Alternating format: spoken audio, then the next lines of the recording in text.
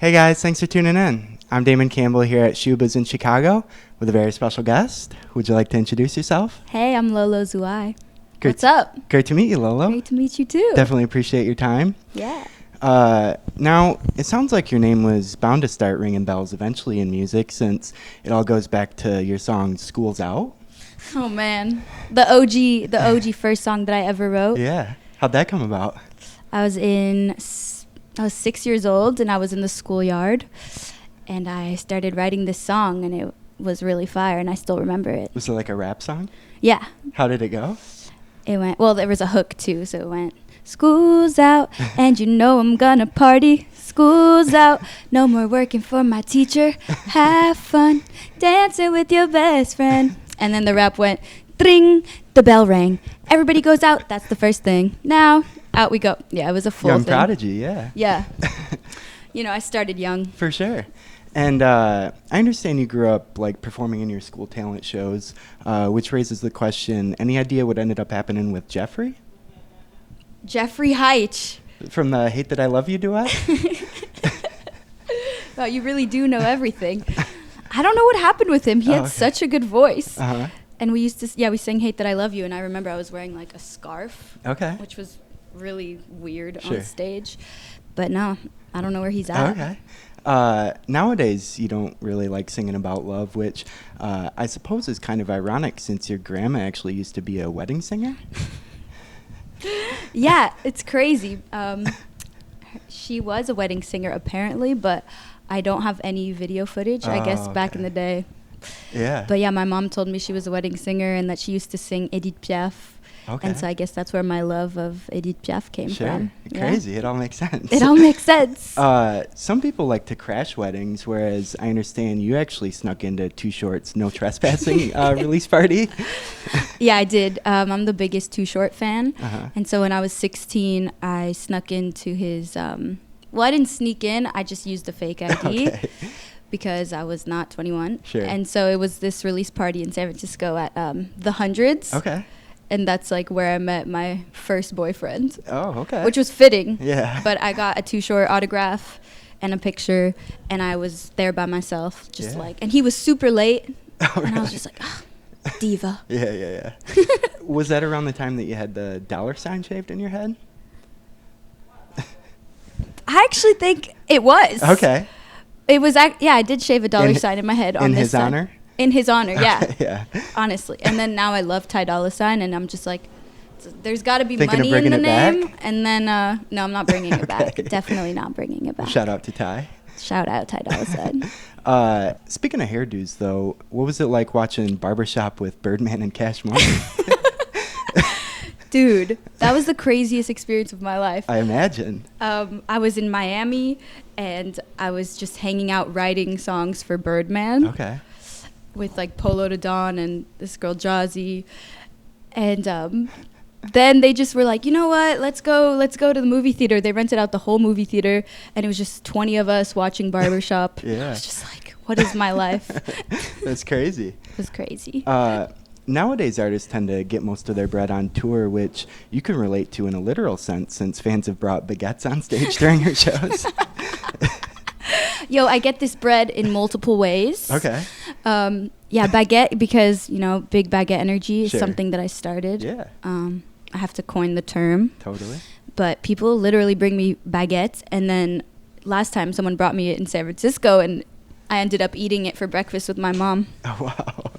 It wasn't Might poisoned. as well, right? Might I as guess, well. yeah. We can't waste this food. How many do you think you've been given at this point? 2 only. Oh, is that all? Okay. I could use more. All right. Well, we're getting the message out then. And you started making dough pretty early on at your dad's pizza shop? Yeah. I used to work at my dad's pizza place when I was young. It was probably illegal, but it was in Las Vegas. Okay. And I was always like, I was super cute at the register, and I definitely messed up a lot. But I got a lot of tips. Did it help things go swimmingly at Pizza Beach? Yeah. Pizza Beach was my first pizza place job in New York. Okay. But I didn't make pizza there. I was just a hostess. Oh, right on. I was just lazy. But shout out Pizza Beach. Do you think you're faster at putting together pizza boxes or solving Rubik's Cubes?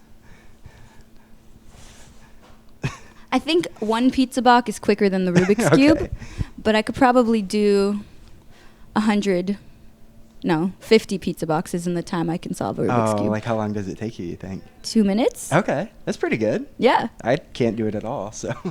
It's something I learned when I was a kid, and then I just can't forget it. Yeah.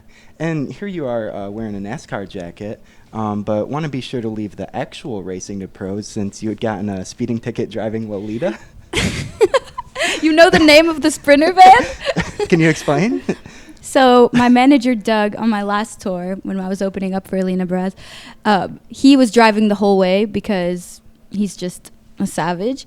And he was like, I'm so tired. Can you please drive from this city to this city? And I was like, yeah, I got you. Yeah. 3 hours in or like 2 hours in, I was like, Doug, we're getting pulled over.